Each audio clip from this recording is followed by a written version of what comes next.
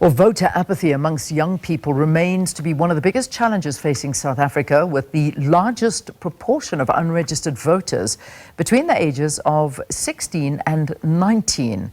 To deepen the understanding of electoral democracy and an understanding thereof, as well as the importance of youth participation in elections, the Independent Electoral Commission and the Department of Basic Education will today launch the Schools Democracy Program Focus Week in KwaZulu-Natal.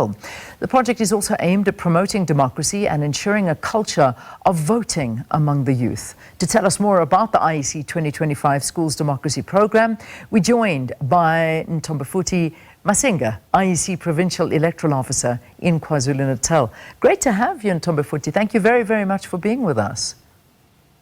Great to be here, and thanks for having us. So we believe that the launch for this program is taking place at the Daniel Nzamo Special School in the Johannes Pungula local municipality in KZN.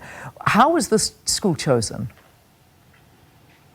We always make sure we take such programs to schools that work with learners that are living with disabilities, which are special schools, as part of our reinforcement of our commitment as the Electoral Commission to work with all categories of learners inside classrooms. So Mzamo Special School is one of those that was chosen this year. This is an annual program, which is part of a partnership with the Department of Basic Education that was launched as far back as 2013, where we tried to infuse civic education into the formal schools curriculum. So the School Democracy Week is when we reinforce that content, which is taught inside the classroom on civic education, which include democracy, human rights and responsibilities amongst young people. There are other programs that run throughout the year where we run debate in schools, where we allow learners to engage us on issues of constitutional democracy.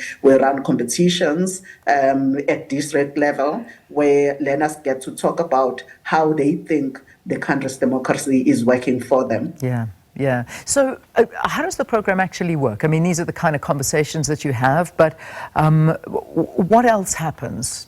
I imagine that discussing the importance of voting, what it means to be a voter. I'm just guessing off the top of my head what the kind of conversations look like, and the ages that you're targeting. From when do you start targeting learners? We actually start with from grade 10 to grade 12 in terms of the specific projects, but in terms of the learner support materials that we have worked with the department, have been adopted by the department, is all learners. As long as you do life orientation in a school environment, we have learner support materials for educators to assist them in infusing this content on a day-to-day basis during lessons inside a classroom. Outside of that, we also run these programs where we infuse it into the cultural activities into schools as well, where we allow them to be creative whilst engaging on the content about their rights and learners.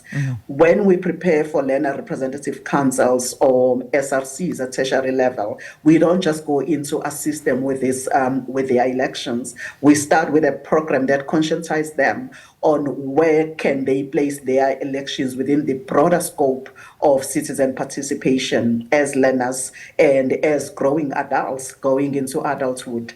We promote voter registration so that they understand that for you to participate in your learner representative council, you should be a registered learner in that school, because only eligible people can participate in an election. By so doing, it then becomes easier for us when we talk about them getting onto the voters role for the country, because they understand the aspects of eligibility and the aspects of protecting your environment, so that only people that are part of that environment can participate in the elections to elect governance structures in that environment. We encourage them to participate in their communities, in community policing structures, in their churches governance structures, not only as voters, but as contestants and as responsible citizens who are actively engaging their elected representatives so that they keep them accountable. So we try to inculcate that culture at a very low level in terms of the classroom, so that by the time they become adults, they know what to do. So I mean, we know. I mean, we see elections in South Africa, and we don't have to look too far away. I mean, last year we had elections here in South Africa, and we always find it's a common occurrence that youth voter apathy is possibly the biggest challenge. And the reasons given vary. Some are that none of the political parties talk to the needs of the youth. The youth feel excluded from the political system because they look at the politicians and think, well, nobody really sort of speaks to my needs and my wants and my desires as a young person in this country. How do you try and encourage young people to take part in the electoral process? Ours is to make them understand that, first of all, this is their future. There is no way you can stand back and not want to be part of shaping your own future as a young person. The aspects that you have raised now, these are the things that come up in the debates that we run in schools and inside classrooms, where learners are saying, we are not seeing people who look like us in parliament. We don't see people who look like us in any governance structure that we know. And then we say to them, start with your learner representative council so that you understand what it means to represent people in a governance structure. What we picked up, though, in the research that we have commissioned as the Electoral Commission, what we have picked up is that once young people have registered as voters, and once they've participated in one election, they tend to keep participating an election after election. That is why we don't only register them when they are 18. We register them when they are 16, so that by the time they turn 18, they are already on the voters' roll, and it's easy for them to participate. They are also the biggest beneficiary of our online registration platform, because we know young people run their lives on their cell phones, and they are able to access the internet and get into our website. They also represent the highest number of people that have taken advantage of our online registration platform, and they have registered as voters. So ours is to say to them, whether you participate or not, those who participate will elect people that will form a governance structure wherever you find yourself. So you are better off participating than staying out of the process. So we try to encourage them.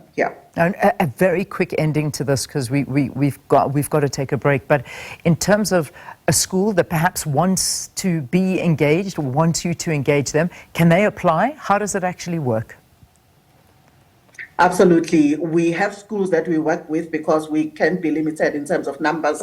In terms of the learner support material is available for every educator. But as a school, if you want to participate in the cultural and debates that we hold in the various schools, just get in touch with the IEC in your local municipality. There's an IEC office in every municipality, but you can go to the IEC website and contact us. They will redirect that request to any of the provinces of the IEC in the country. Fantastic. And I think it's a very important program, and to try and inculcate this love for voting and elections and what it actually means is so important to start from the ages that you're targeting.